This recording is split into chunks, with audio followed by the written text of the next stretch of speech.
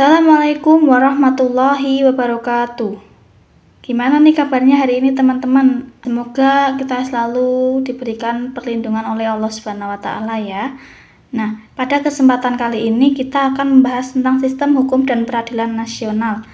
Apa sih sistem hukum dan peradilan nasional itu? Nanti kita bahas satu-satu ya. Yang pertama masuk ke pengertian hukum dulu. Hukum adalah seperangkat norma tentang apa yang benar dan apa yang salah yang dibuat dan diakui eksistensinya oleh pemerintah, yang dituangkan baik dalam aturan tertulis maupun yang tidak tertulis, yang mengikat dan sesuai dengan kebutuhan masyarakatnya secara keseluruhan dan dengan sanksi bagi pelanggar-pelanggar aturan tersebut. Nah, yang selanjutnya kita masuk ke karakteristik hukum. Karakteristik hukum ini adanya perintah dan larangan. Perintah dan larangan tersebut harus dipatuhi oleh semua orang tanpa terkecuali. Hukum yang berlaku di masyarakat harus ditaati oleh masyarakat karena hukum memiliki sifat yang memaksa dan mengatur. Hukum dapat memaksa seseorang untuk menaati tata tertibnya, dan terhadap orang yang tidak menaati akan diberikan sanksi yang tegas. Nah, selanjutnya kita masuk ke penggolongan hukum. Penggolongan hukum ini ada 8. Yang pertama itu menurut sumbernya, yang kedua menurut bentuknya, yang ketiga menurut tempat berlakunya, yang keempat menurut waktu berlakunya, yang kelima menurut cara mempertahankannya, yang keenam menurut sifatnya, yang ketujuh menurut wujudnya, dan yang terakhir menurut isinya. Nah, kita langsung ke tujuan hukum. Tujuan hukum ini adalah untuk menegakkan kebenaran dan keadilan, mencegah tindakan yang sewenang-wenang, melindungi hak asasi manusia, serta menciptakan suasana yang tertib, aman, dan damai. Nah, terus kita masuk ke sistem peradilan di Indonesia. Sistem peradilan di Indonesia ini mencakup pengertian lembaga peradilan, dasar hukum lembaga peradilan, klasifikasi lembaga peradilan, perangkat lembaga peradilan, dan yang terakhir itu nanti ada tingkatan lembaga peradilan dan peran lembaga peradilan. Nah, kita masuk ke pengertian dulu ya.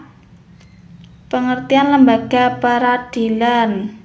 Nah, kita masuk ke lembaga peradilan itu adalah mempunyai tugas untuk mengadili perkara menurut hukum yang tidak membeda-bedakan orang. Pengadilan tidak boleh menolak untuk memeriksa, mengadili, dan memutus suatu perkara yang diajukan dengan dalih bahwa hukum tidak ada atau kurang.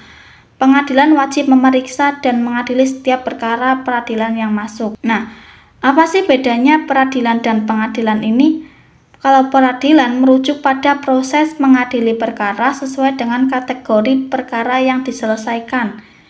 Sedangkan pengadilan merujuk pada tempat untuk mengadili perkara atau tempat untuk melaksanakan proses pengadilan guna menegakkan hukum. Nah, kita masuk ke dasar hukum lembaga peradilan. Dasar hukum lembaga peradilan ini menjadi pedoman bagi lembaga-lembaga peradilan dalam melaksanakan tugas dan wewenangnya sebagai lembaga yang melaksanakan kekuasaan kehakiman secara bebas tanpa ada intervensi campuran tangan dari pihak manapun.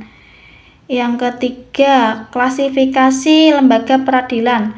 Dalam pasal 18 Undang-Undang Dasar Republik Indonesia Nomor 48 Tahun 2009 tentang kekuasaan kehakiman disebutkan bahwa kekuasaan kehakiman dilakukan oleh sebuah mahkamah agung dan badan peradilan yang berada di bawahnya dalam lingkungan peradilan umum, peradilan agama, lingkungan peradilan militer, lingkungan peradilan tata usaha negara, dan sebuah mahkamah konstitusi.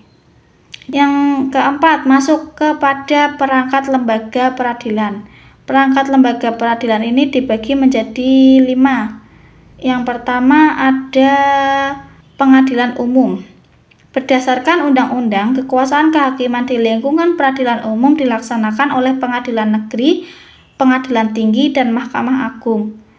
Pengadilan negeri ini meliputi wilayah kabupaten atau kota. Sedangkan pengadilan tinggi ini merupakan pengadilan tingkat banding. Perangkat pengadilan tinggi terdiri atas pemimpin, pimpinan, hakim anggota, panitera, dan sekretaris pengadilan. Nah, yang kedua ada peradilan agama. Peradilan agama ini adalah kekuasaan kehakiman di lingkungan peradilan agama dilaksanakan oleh pengadilan agama. Kekuasaan kehakiman pada peradilan agama berpuncak pada Mahkamah Agung. Nah, yang ketiga peradilan militer. Dalam peradilan militer ini dikenal dengan adanya auditorat, yaitu badan di lingkungan TNI yang melakukan kekuasaan pemerintah negara di bidang penuturan dan penyidikan berdasarkan pelimpahan dari Panglima TNI. Yang keempat ada peradilan tata usaha negara. Peradilan tata usaha negara dilaksanakan oleh Pengadilan Tata Usaha Negara dan Pengadilan Tinggi Tata Usaha Negara. Nah, yang terakhir ada Mahkamah Konstitusi. Nah, Mahkamah Konstitusi ini terdiri dari 9 anggota hakim konstitusi yang diajukan masing-masing 3 oleh DPR, Presiden, dan Mahkamah Agung, dan ditetapkan dengan keputusan Presiden. Nah, yang kelima kita masuk ke tingkatan lembaga peradilan. Tingkatan lembaga peradilan ini ada 3. Yang pertama, pengadilan tingkat pertama atau pengadilan negeri. Yang kedua, pengadilan tingkat kota. Yang ketiga, kasasi oleh Mahkamah Agung. Nah, pengadilan tingkat pertama ini dibentuk berdasarkan keputusan Presiden. Pengadilan tingkat pertama mempunyai kekuasaan hukum yang meliputi satu wilayah, kabupaten, atau kota. Yang kedua ada pengadilan tingkat kota. Pengadilan tingkat kedua disebut juga pengadilan tinggi yang dibentuk oleh undang-undang. Daerah hukum pengadilan tinggi pada dasarnya meliputi satu provinsi. Nah, yang ketiga ada kasasi oleh Mahkamah Agung. Dalam hal kasasi, yang menjadi wewenang Mahkamah Agung adalah membatalkan atau menyatakan sah atau tidaknya putusan hakim pengadilan tinggi, karena putusan itu salah atau tidak sesuai dengan undang-undang. Peran lembaga peradilan. Nah, peran lembaga peradilan ini ada 5 ya. Yang pertama, lingkungan peradilan umum. Kekuasaan kehakiman di lingkungan peradilan umum ini dilaksanakan oleh peradilan tinggi, pengadilan negeri, dan Mahkamah Agung. Nah, pada lingkungan peradilan agama dilakukan oleh pengadilan agama berdasarkan pasal 49 Undang-Undang Republik Indonesia Nomor 3 Tahun 2006.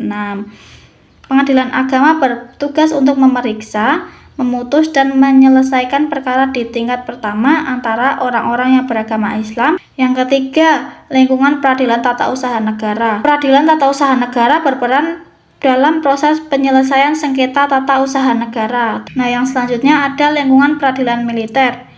Lingkungan peradilan militer berperan dalam menyelenggarakan proses peradilan dalam lapangan hukum pidana, khususnya bagi pihak-pihak yang terkait. Nah, yang terakhir sekali ini ada Mahkamah Konstitusi atau MK ya. Mahkamah Konstitusi merupakan salah satu lembaga negara yang merupakan kekuasaan kehakiman yang merdeka untuk menyelenggarakan peradilan guna menegakkan hukum-hukum dan keadilan.